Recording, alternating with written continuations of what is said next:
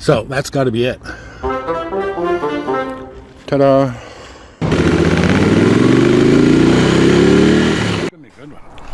Yeah, Moto Guzzi is famous for making mechanics out of riders since the 1920s. Yeah, we're going to call this one Welcome to Italian Motorcycles. Grab a wrench. All right, so picture this.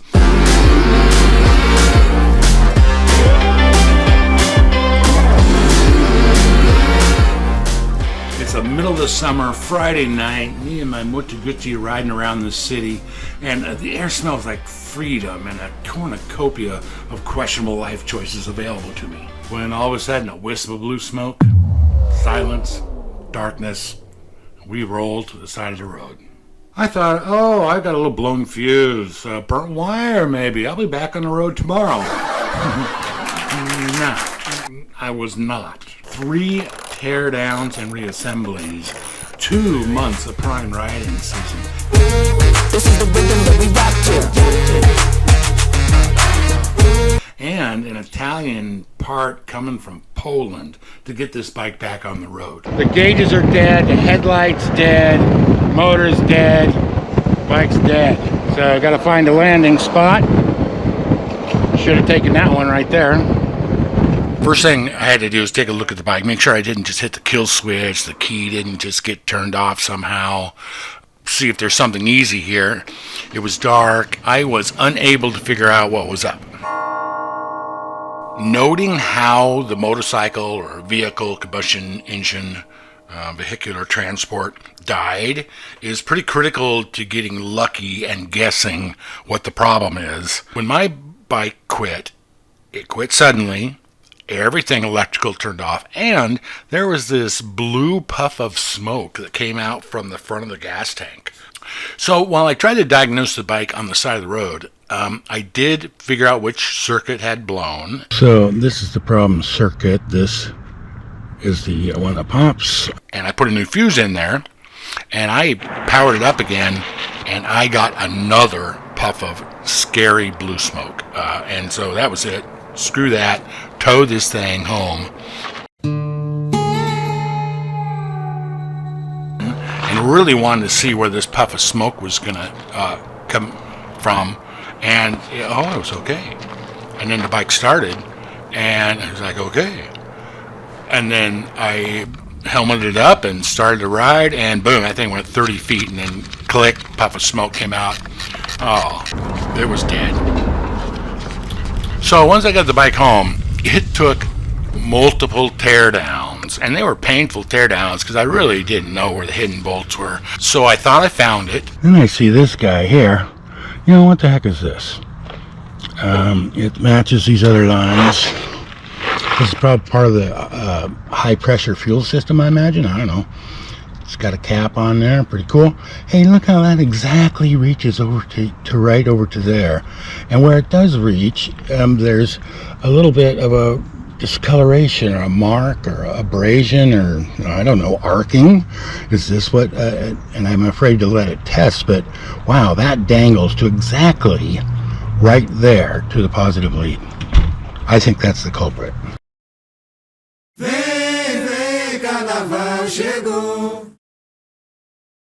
So this time I pull out the airbox. And that's kind of a bit of a big deal if you haven't done it before, but once you've done it 6 times, as I have now, pulling the airbox isn't a big deal.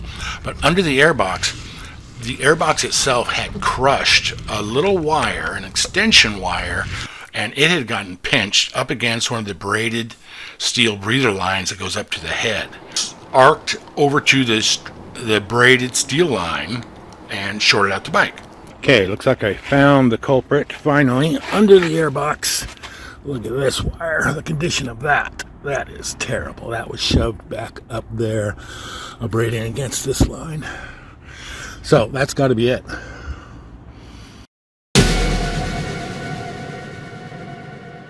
Cool.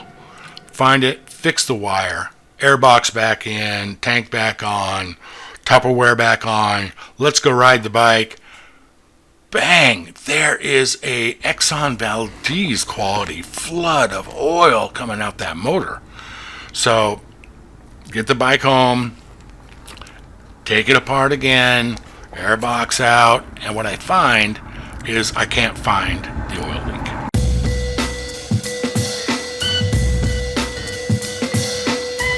I get a neighbor to come help me try to find the leak while I fire it up, get the tank positioned to where I can hook it up and we can still see inside the bike.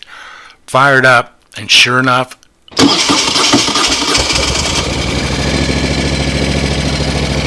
oh, drips. I got drips right here. It's just dripping out of that hose.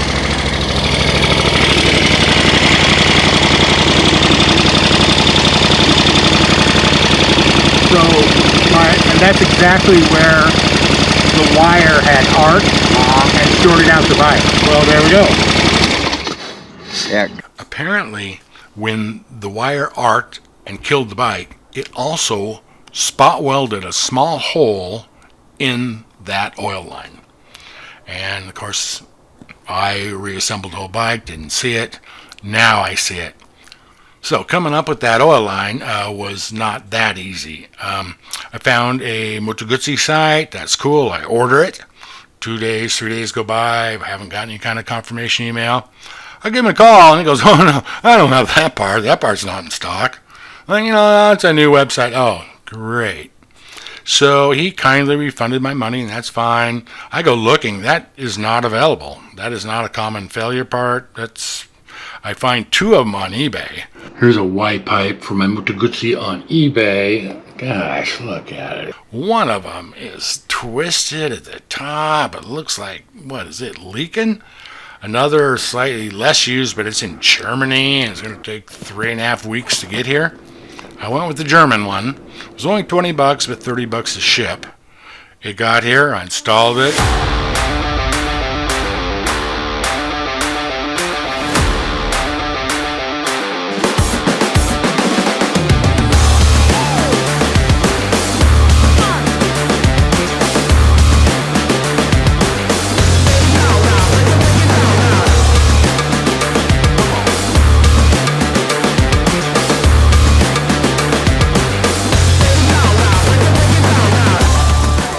Okay, now the airbox goes back in, and bang, it's in.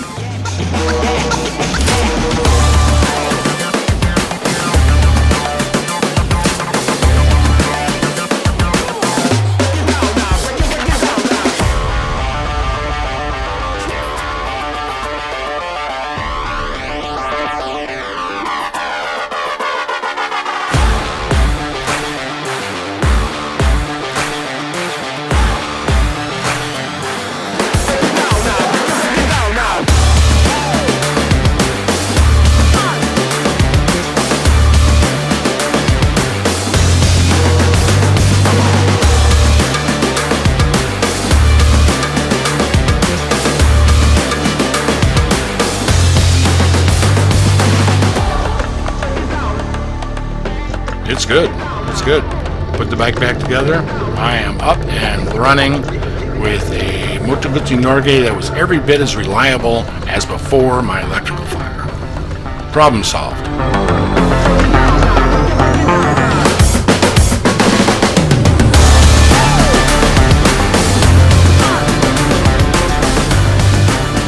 Thank you for watching.